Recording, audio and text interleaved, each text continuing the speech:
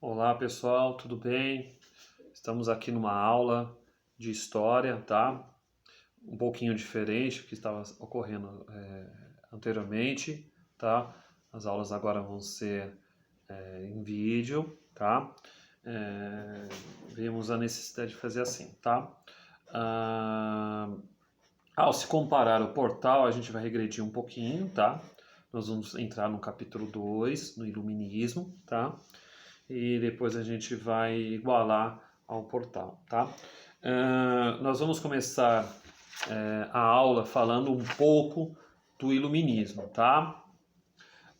O Iluminismo ele vai aparecer no fim do Antigo Regime, né? Qual é o Antigo Regime nós estamos falando?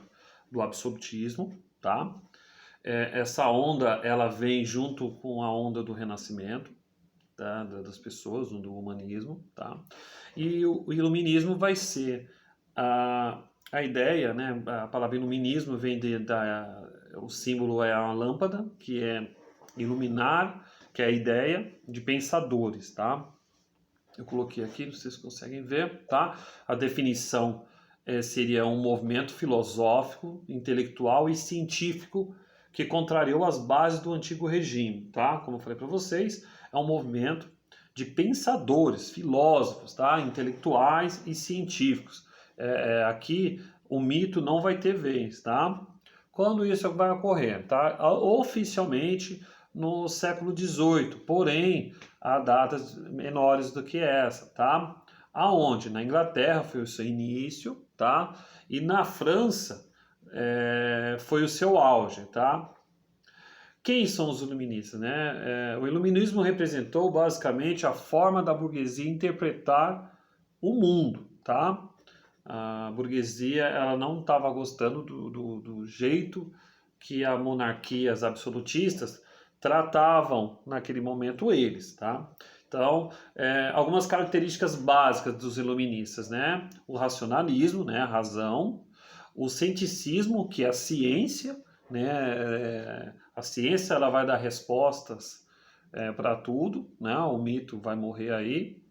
O anti-absolutismo, né? O absolutismo é o reinado com o rei mandando em tudo, né? Eles vão querer que os governos tenham bases em leis, né? Essas leis são as constituições, tá? Que a gente já chegou até a falar em sala de aula, tá? Anticlericalismo, né? Seria o anticlero, anti-igreja, né? Quando eu falo anti-igreja, né? Não estou falando contra Deus, não, tá, gente? É contra a Igreja Católica no momento, tá? Com os seus movimentos da idade passada, né? Que é a idade média, né? Medieval. E a burguesia não via isso com bons modos. Então, dentro do movimento iluminista, isso vai ser combatido também, tá? E das principais características do iluminismo é a defesa da liberdade individual do ser humano, tá certo? Tudo bem, gente? Continuando aqui nos slides, tá?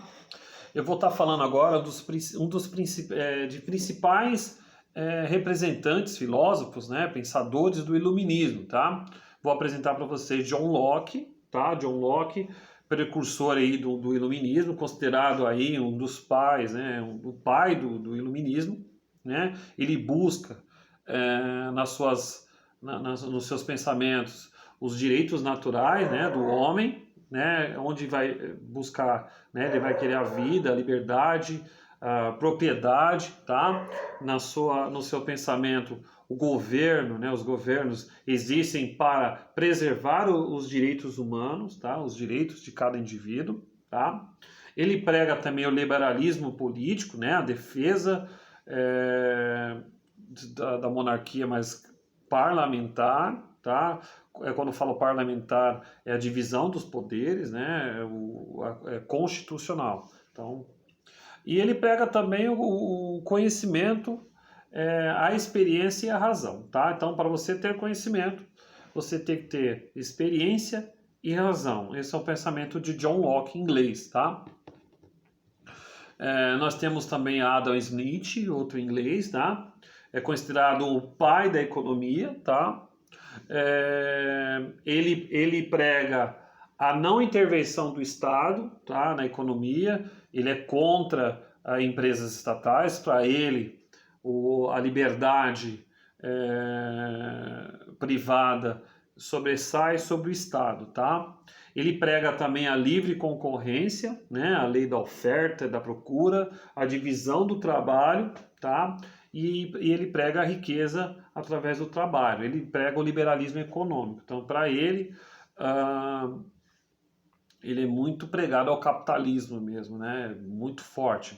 É considerado aí um dos pensadores do capitalismo, certo? Nós temos também só um pouquinho aqui, gente, que eu errei. Estava falando de Adam Smith. Vamos lá. A Fisiocracia, né? Ele pregava também aí a versão francesa do liberalismo econômico, a não intervenção do Estado na economia, riqueza através da agricultura e assim vai, tá? Vamos falar um pouquinho também de Montesquieu, francês, né? Pregava nos seus pensamentos a divisão de poderes, né? Executivo, legislativo e judiciário. Eu cheguei a trabalhar com vocês em sala de aula, expliquei, tá? Eu vou até pedir para vocês no finalzinho da aula uma atividade sobre isso, tá? Ele procura dentro dos pensamentos também a harmonia e a autonomia entre os poderes, tá? Ele prega que o legislativo, o executivo e o judiciário tenham o seu poder absoluto e autonomia entre eles, tá? Submissão, ele pregava também submissão de todos perante a lei, tá? Para ele pregava que se a gente fosse submisso a leis, e essa lei na verdade tinha que ser bem elaborada, e aí nós teríamos que ter a submissão a ela, obedecer, e aí nós teríamos a ordem, tá? Esse é o pensamento de Montesquieu. Temos o pensamento também de Voltaire, tá? Esse daqui era um crítico muito ferrenho ao clero, quando falo clero, a igreja, tá? E a sua intolerância, né? Ele é um dos críticos à Igreja Católica da era medieval até esse exato momento, tá? Ele buscava também, dentro do seu pensamento, a igualdade jurídica, tá? É um dos pensadores muito forte na questão da jurídica, das leis, né? de julgamento. Ele é um ferrenho pensador da liberdade de expressão, tá? É isso. Vamos para mais um pensador, né? Jean-Jacques Rousseau, francês, dos mais influentes iluministas aí, né? Ele é muito influente nas ideias até os dias de hoje, tá? Ele prega a soberania popular como pensamento principal, então a voz do povo é a voz que deve permanecer, que deve administrar, né? Então ele é um dos precursores aí do entendimento que a democracia é o melhor modo de se governar, né? A democracia é o poder do povo, né? Ele prega isso muito fortemente, tá? Diderot e Lambert são enciclopedistas, né? Pessoas que vão buscar conhecimento e popularizar isso, né? O pensamento que o povo ele deveria ter um conhecimento mais amplo.